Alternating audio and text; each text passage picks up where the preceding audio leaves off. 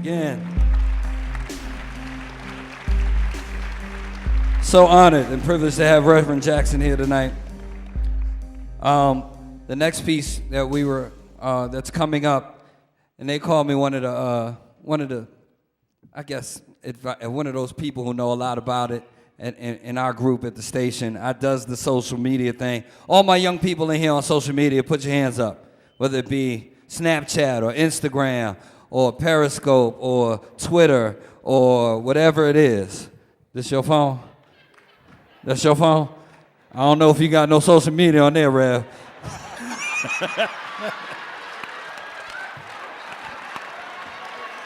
We gonna get you a new one, Rev. It worked though. It worked. It'll make is there a camera on there, Rev? We gotta get you one with a camera. It'll work though, Rev. I ain't got nothing else to say. As long as you can call. In any case, really quickly before I bring up Jared, one of the things that I've been, since I've come up in the social media era, and every time something new come out, I learn about it. Sometimes I'm on it, sometimes I'm not. In the unfortunate situation that something happens to you and you're no longer with us. There was a young lady at Bowie State University when I lived in Maryland. Something happened to her. The only thing I had to go on to learn about her was her Instagram. When I went to her Instagram, it was not the prettiest picture painted by the things she posted, the things that she put up.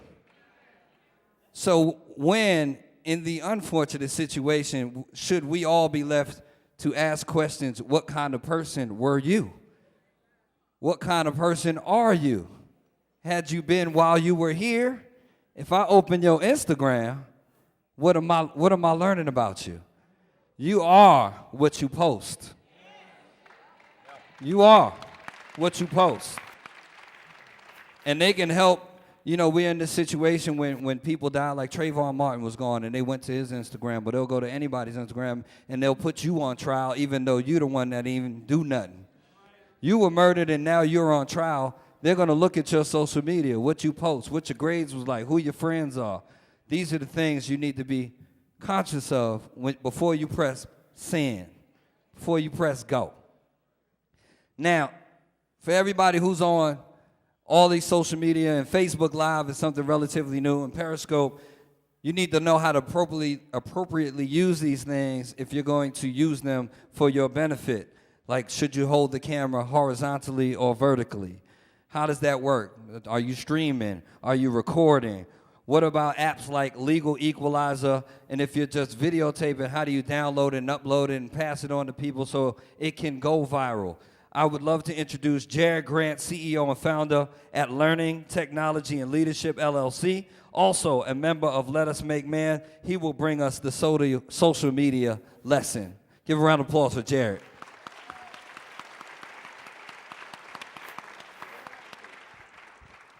Good evening. I don't know how I feel about Tigger bringing me up after a legend like Reverend Jackson, but we'll talk about it afterwards. Good day, everybody. All the kids 18, hey, baby. All the kids 18 and under, raise your hand.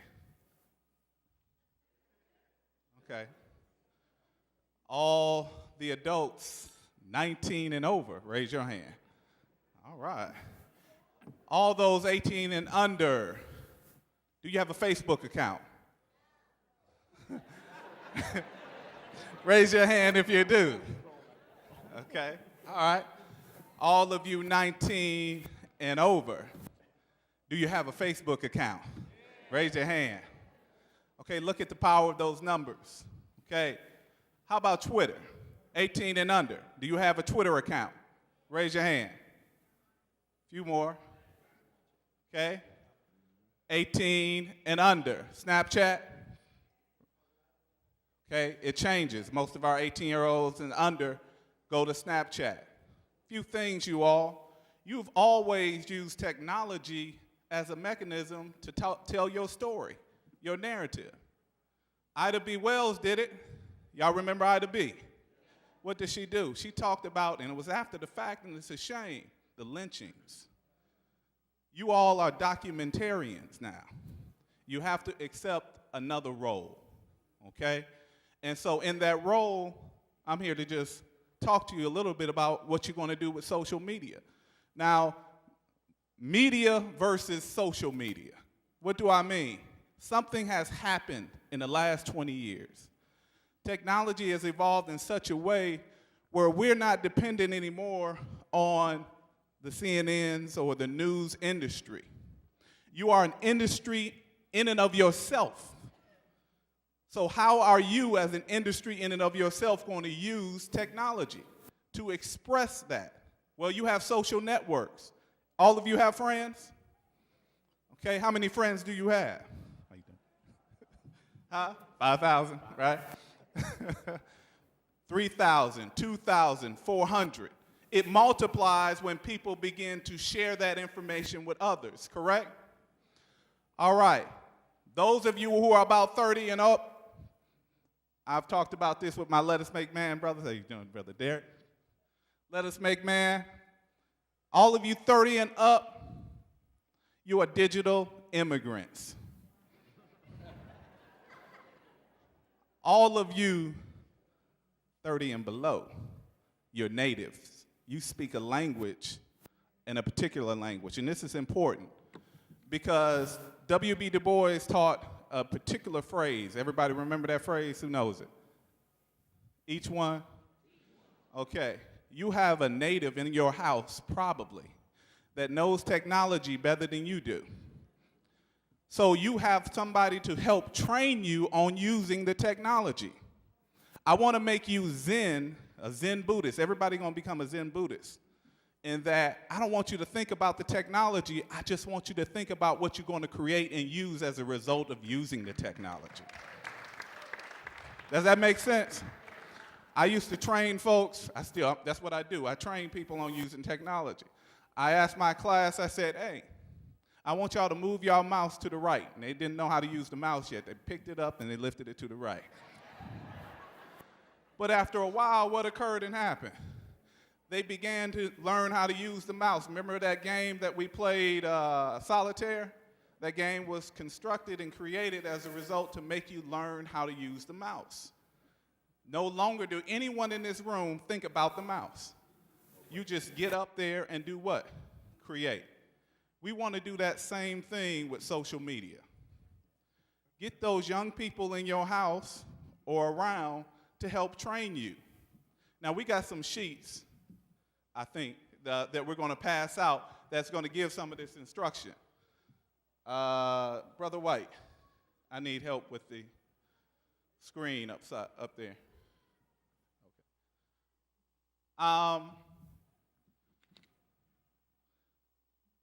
So one of the things that we want to provide you with is some technical skills on how you actually use social media. So here are a few of the things that you should be using today. Now, somebody said legal equalizer, right? Y'all heard of that one, that app? Well, you no longer can download that app, so don't even worry about that one. All right? All right. But there are a few others. Facebook Live just came out. We're going to talk about that one last. Everybody got Twitter. Periscope? Raise your hand. Great. YouTube? Great. Snapchat? All of these, 24 hours and then they're gone. Snapchat, that's why your kids love it. Using Snapchat, they go on to Snapchat, they put the video up, and then the video is gone 24 hours later. Okay? Same with the Periscope video. You put that video up, it's gone after a while. Okay? So one of the things I want to focus on is a couple of things, 10 things that you need to leave with, and also I want to leave you with Facebook Live. It's just one of the examples that you need to be uploading. Why? Because most of you already have Facebook. So don't reinvent the wheel. The other thing, because you have Facebook, what else do you have on Facebook? You have friends. You have groups you belong to. You have things you like. That makes sense? So you don't have to go and sign in with a new account and then begin building a whole social network again. Because you already have 1,000, 2,000, 5,000 people on yours. That makes sense? All right. I don't have my technology. That's irony, isn't it? Okay. So let's just go with it. Gene,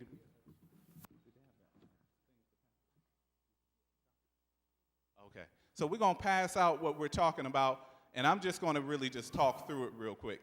All these accounts, you need to always create an account. Everybody used to doing that, correct? Make it easy for yourselves. Get something that you use regularly to create your account, and then use a particular password, and then get your regular. I use my Hotmail account because I've had my Hotmail account since 1996. And that's where I let all junk go, scam, whatever the case may be. My personal comes to my Yahoo, okay? So let your Hotmail or some other type of email be what you use your accounts for. And then use a regular username or your password. Make it regular. Don't make it or invent something so that you have to think of every year because you're going to forget. And Facebook makes it hard for you to get your password again, okay? Google makes it hard for you as well. Okay, I'm good? All right. All right, so we talked about these. All of them on your phone. Everybody take your phone out. Take your phone out, put it on your lap, put it in your hand. Okay? Some best practices on using your phone. We talked about creating an account. All of them basically do the same thing. If you're on iOS or you have an Apple-made phone, okay, of course you know how to download apps, correct? If you don't, ask the child nearby. Also, on the apps, download the apps from Google Play if you have an Android. I use Android now. I've crossed over. All right? Right. So you can create your account. It's the same. Some of them allow you with Periscope, you create your account with Twitter. It's already linked in with Twitter, and it bridges that, okay? You have the ability to watch and follow people either locally, privately, or publicly, or globally, okay, with all of these tools. Remember that, okay? I'm going to fly through this, and you're getting these handouts. What I'm showing you, you also will get in the handout, but what I want you to really focus on because of the room and because of our time is really Facebook Live. It's really the best product out. Okay, and once you've done all your registration pieces, you can start your podcast. But now, look at this sister right here. I do, one of my activism pieces is I take photos during protests. I love photography. And look at what the sister's doing. Now I want you to see that brother back there. That's a Let Us Make Man brother right there, Dr. Gary White. You see his phone he has in his hand? He's doing Facebook Live right now during that protest and giving his live account during that protest. People were making live comments at the same time, and while they were making their text comments, he was providing commentary and response to everyone that was speaking. You have that power. That make sense? Okay. So let's just talk about some 10 things that you need to know and walk away with from here. All right? Your phone and computer are your industry resources. Remember I said you're an industry to yourself? Over the last 20 years, something has occurred and happened. The few no longer have the power. You have the power. It's been equalized. You can share things with thousands of people at one time, and it multiplies as they begin to share it with others.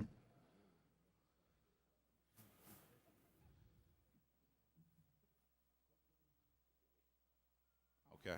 Your social network is valuable social capital. What you got to say, like money, is valuable. So make sure you say something worth saying. Okay? Please do that. Next, identify a backup to upload or store your video. On your phones, with most of these, especially with Facebook Live, you can back it up on your phone as well. You can also upload it to other social media sites. For example, YouTube is just one example, but you can upload it to others. All right? So it gives you that capability. You also can upload it to your cloud.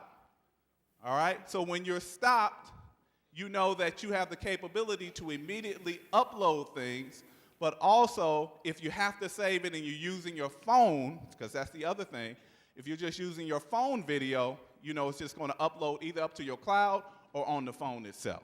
That makes sense? Give real-time narrative. While you're on, if the police are there, you saw that sister up in Minnesota.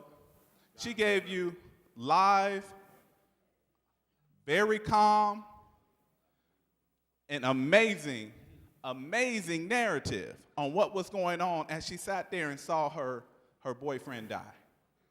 Okay? The officer was much more afraid than she was. But she gave her commentary, and she waited till the next day to really emote her feelings in and around it. Okay?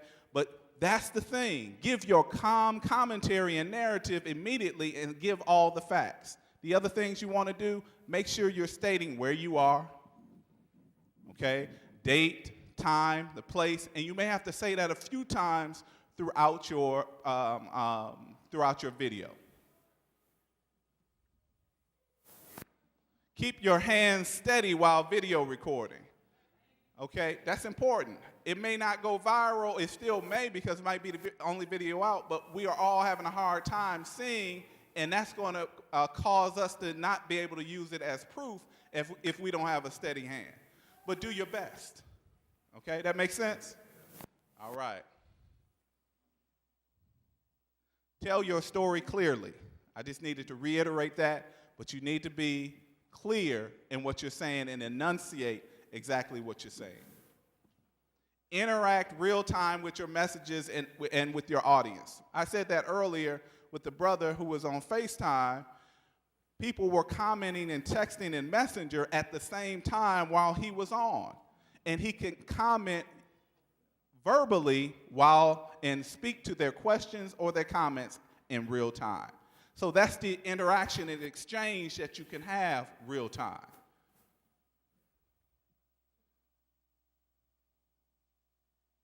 Of course, my technology is messing up. But that's the irony. Facebook Live. Dr. White.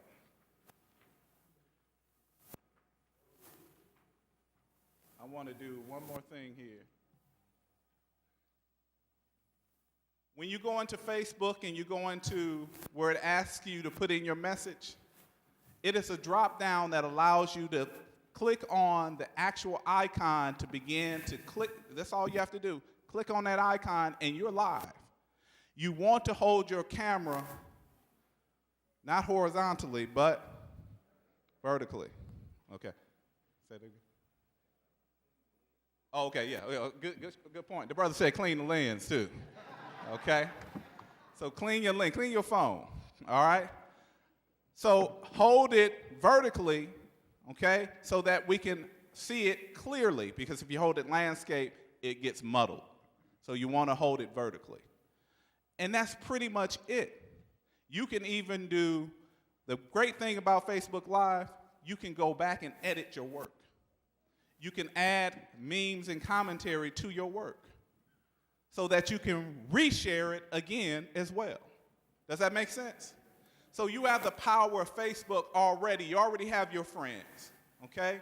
You already have a child or someone that you know that's a native to the language of social media, because you're not, and can help train you. But guess what you can help them with?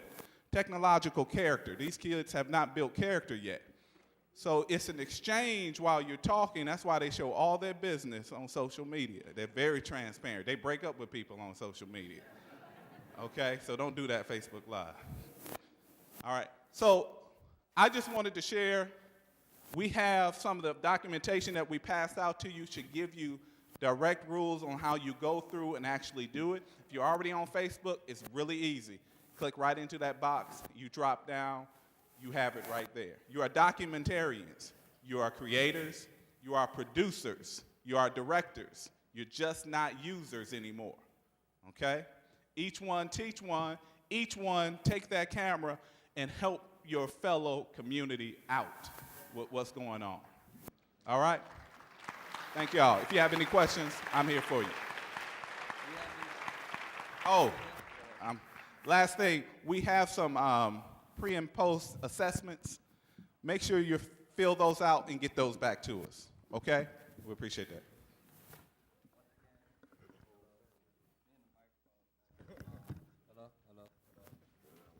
Hello, there I am. One more again, another round of applause for Jared Grant.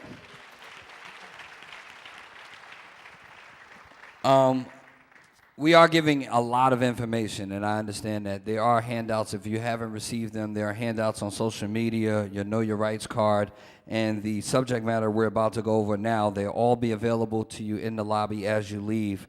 I would love to bring up my brother from WAOK, Rashad Ritchie. He's going to go over how to file a complaint against police. Let's give a round of applause for Rashad. Listen, let's give a round of applause for how great black people are. Can we do that? You know, now you see everybody saying hashtag stay woke. Negro, we've been woke. We haven't fell asleep. We deserve a break. I'm so very, very thankful for the opportunity. You guys have been very patient. I will be quick.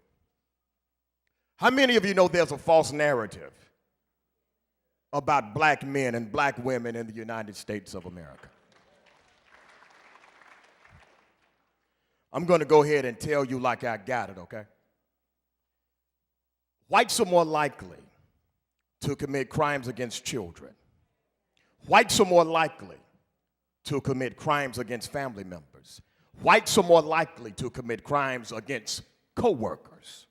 But you will never hear a social narrative, a media narrative, an article, a newspaper clipping about any of that, because it doesn't fit the sensational narrative that black people are more criminal than anybody else. I'm emotional, guys, so bear with me, okay? I take this seriously. They're attempting to transform the narrative of what Black Lives Matter actually means. And look at the hypocrisy of this. Look at the hypocrisy of people that will dilute the conversation and say, no, all lives matter. And the only time they say all lives matter is when the conversation is about Black Lives Matter, simply to dissuade you from the argument. And if we're going to argue about a campaign slogan that says Black Lives Matter, if you will argue with me about a campaign slogan that says Black Lives Matter, obviously all lives do not matter to you. Come on, somebody.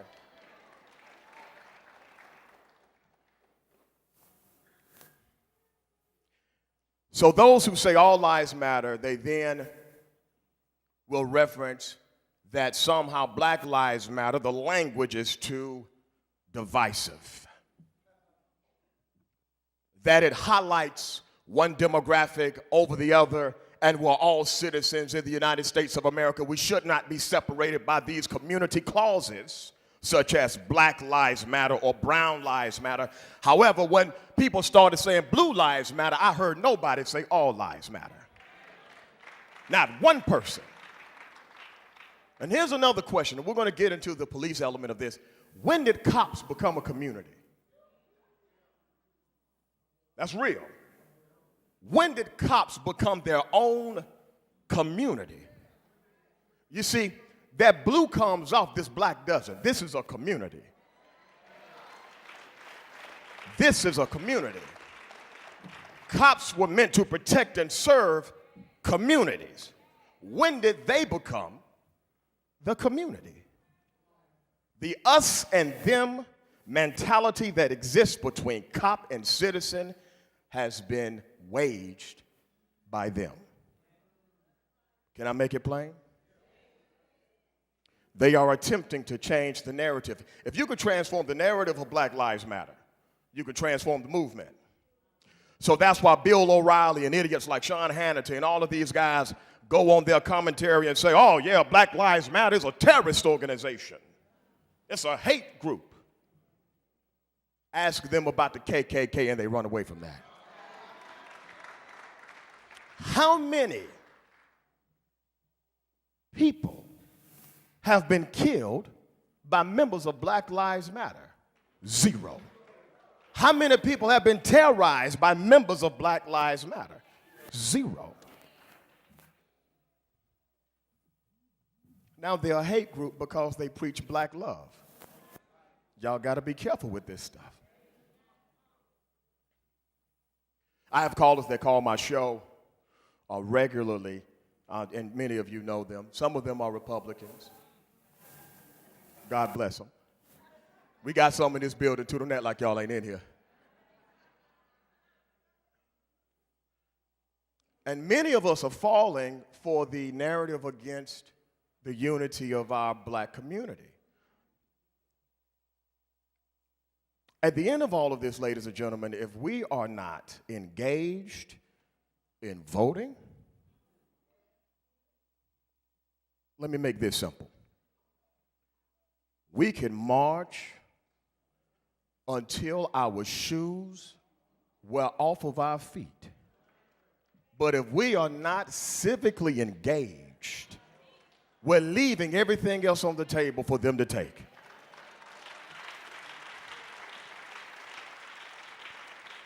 So here's how we do it. I've worked in politics for many years. Before I started working for CBS Radio, I was the political director and chief strategist for the Georgia Democratic Party. Out of all of the individuals I saw elected and unelected, the greatest power was that local law enforcement agency. And how, as a citizen, what are your authorities? What can you do to transform bad policing? Citizens Review Boards. How many of y'all heard of those before? How many of you guys are part of a Citizens Review Board? Not many. Not many.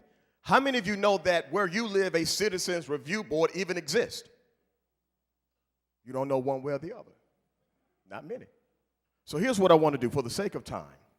For the sake of time, I'm going to go ahead and do this. I want to help you set up a Citizens Review Board in your city or in your county if you don't have one. If you do have one, I want you to make it all it can be. And we're not talking about a Citizens Review Board without subpoena power. We're talking about a real Citizens Review Board.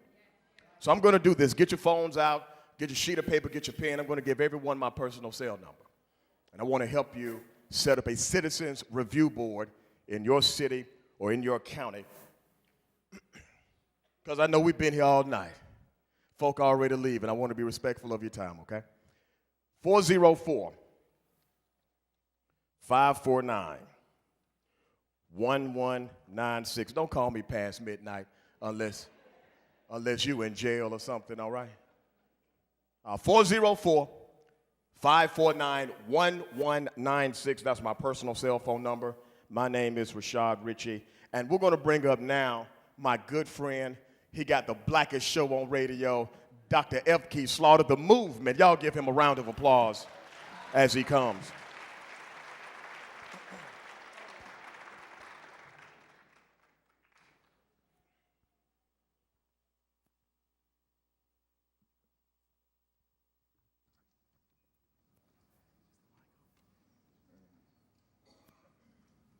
Say we're going to do a video first. Drop it then.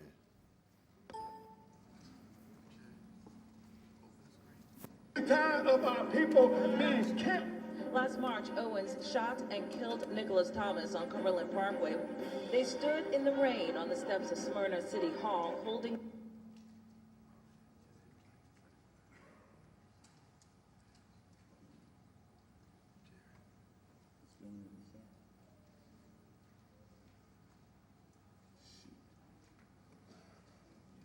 That it?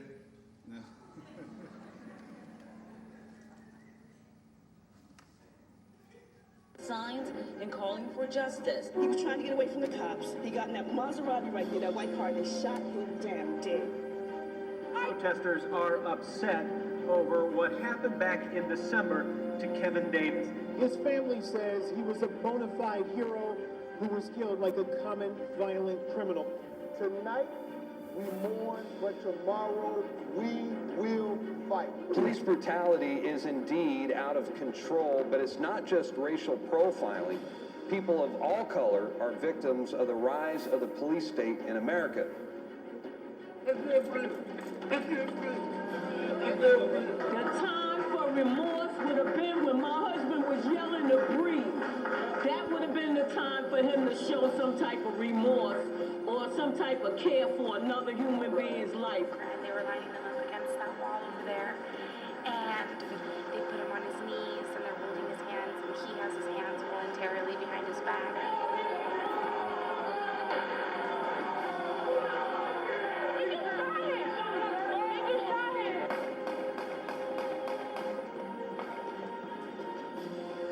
Well, the FBI has opened a civil rights investigation into the death of 37-year-old Alton Sterling.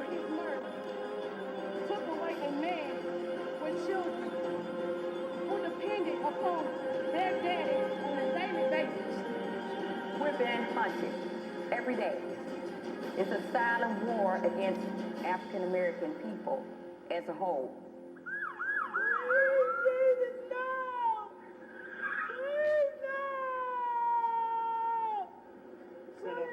Don't let him be gone, Lord.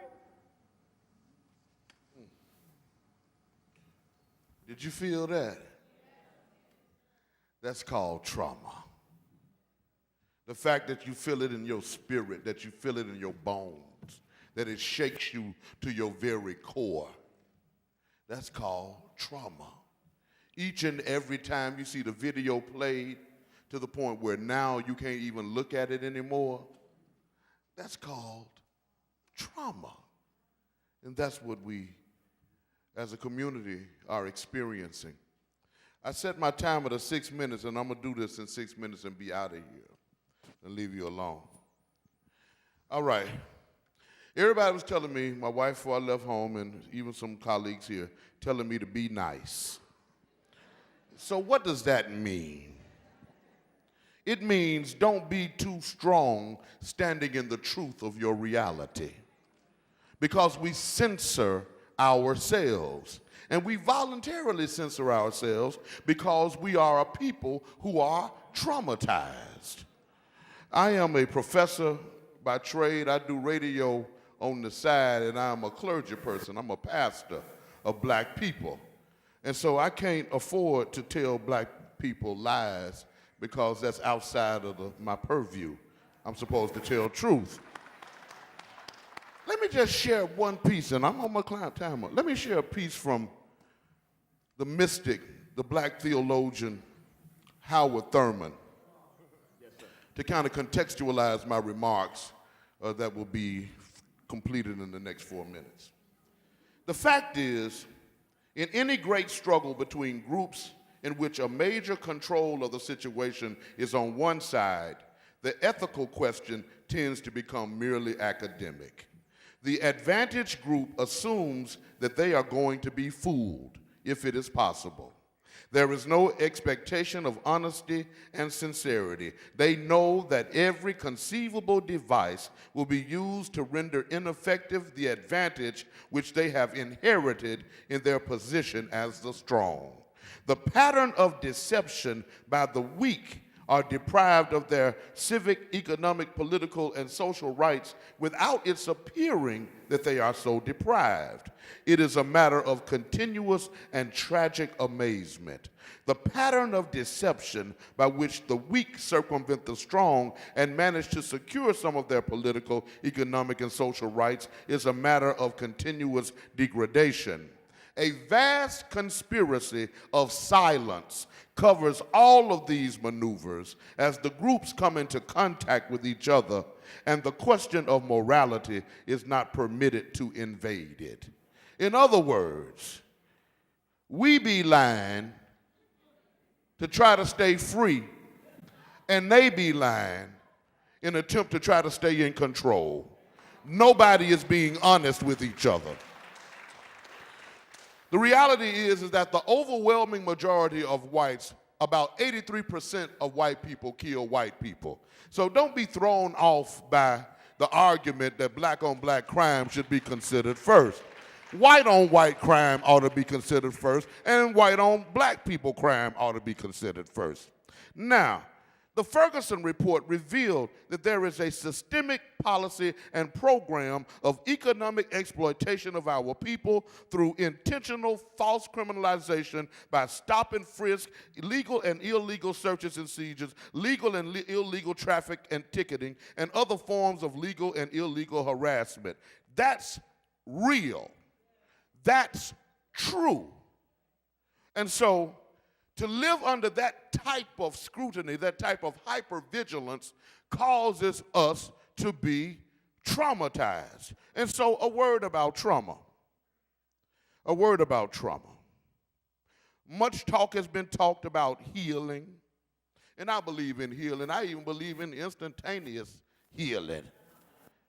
I believe in healing. That's what I do, but I believe, and I am clear, that a 500-year-old wound cannot heal and will not heal overnight. I don't care where the president go, and I don't care what he say. Ain't gonna be no healing overnight. We talking about ma'afa here. Ma'afa, a grievous wound that is alive and festering in each and every one of us, and that's real. And so at this point, and I know I was brought on to talk about healing, at this point, it is totally inappropriate, ill-timed, and insensitive to speak of healing. When people are not even able to be honest about the fact that they are injuring us. And when we're not even honest with ourselves about the fact that we are injured. We must rest in the midst of our grief. We have to let the process of grief and mourning unfold. Pay attention to your feelings. When you're feeling sad, find somebody to talk to. If you're feeling, and I just say, if you're feeling crazy, and I'm talking about more crazy than usual, find somebody to talk to and share your feelings, for then you'll be grounded in your reality. That's how we change the narrative, by not allowing other people to snatch our reality from us. And so every time we view our brothers on video blasted to death, we are re-traumatized. Every time we see representatives of the system kill somebody who looks like us, we are re-traumatized. Matter of fact, somebody said we suffer from PTSD or PTSS, post-traumatic slave disorder, or post-traumatic stress disorder. The reality is, ain't no post. We suffer from continual re-traumatization. And until some policies change and some things change, then ain't nothing gonna change. That's my 6 minutes, and so let me pray. Hold somebody by the hand and hold them tight. I didn't get a chance to hit that one point, but listen to the show tomorrow, I'll hit it. Creator, we thank you for this gathering and for this great people. Thank you for our pastor, Dr. King, who has opened the doors of this great cathedral that we might gather together. God, we thank you that we have gathered as a group that has been bruised and battered, but we are not embittered. We are a people of hope and courage and power. These are qualities that we have inherited from you. You are our mother and our father. You are our sustainer and you are our guide. And yes, you are our healer. Allow, O Holy Creator, your mighty and holy people to continue to resist dehumanization at the hands of our enemies, and we will be healed. Ground us in principles and ideals that portend toward our growth, development, and flourishing, and we will be healed. Root us in truth and justice and order, harmony, righteousness, balance, and reciprocity, and we will be healed. Help us to be able to discern the difference between that which is real and that which is unreal, and we will be healed. Bind us together tightly. Don't let us fall. And more than anything, teach us how to love one another and to forgive one another and to respect one another. And then we will be healed. I pray this prayer in the name of sweet black Jesus, our African Messiah, our Lord and Savior, our deliverer, our liberator, and our soon coming King. Amen, amen, amen. Ashe, ashe, ashe. Come on, throw your power hand, throw your fist up in there and shout, Harambe, Harambe, Harambe. That means let's all pull together.